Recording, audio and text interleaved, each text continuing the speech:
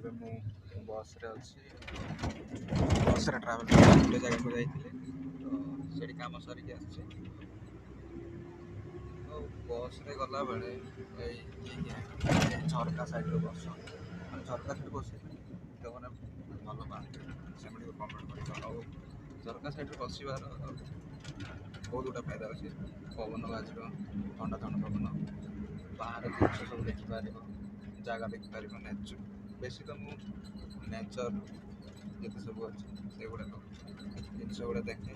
ତ ସେଇ ଜିନିଷ ଗୁଡ଼ା ଝରକା ସାଇଡ଼୍ରେ ବସିଲେ ସେଗୁଡ଼ା ଏନ୍ଜୟ କରିପାରିବ। ଆଉ ନହେଲେ କାହାକୁ ନିଦ ଲାଗି ଇୟରଫୋନ୍ ଲଗାଇଦେବ, ଗୀତ ଶୁଣିବ, ପବନ ବାଜିବ, ଶୋଇପଡ଼ିବ, ତାର ବି ଗୋଟେ ବଢ଼ିଆ। ତ ଏ ସାଇଡ଼୍ ବିଲ ଅଛି, ଏପଟେ ବଣଟା ଅଛି, ତାପରେ ସେପଟେ ବିଲ ଗୁଡ଼ା ଅଛି, ଏମିତି ଛୋଟ ଛୋଟ ସବୁ ବିଲ କରୁଛନ୍ତି, ଅଧା ଲଗାଇ ସାରିଛନ୍ତି।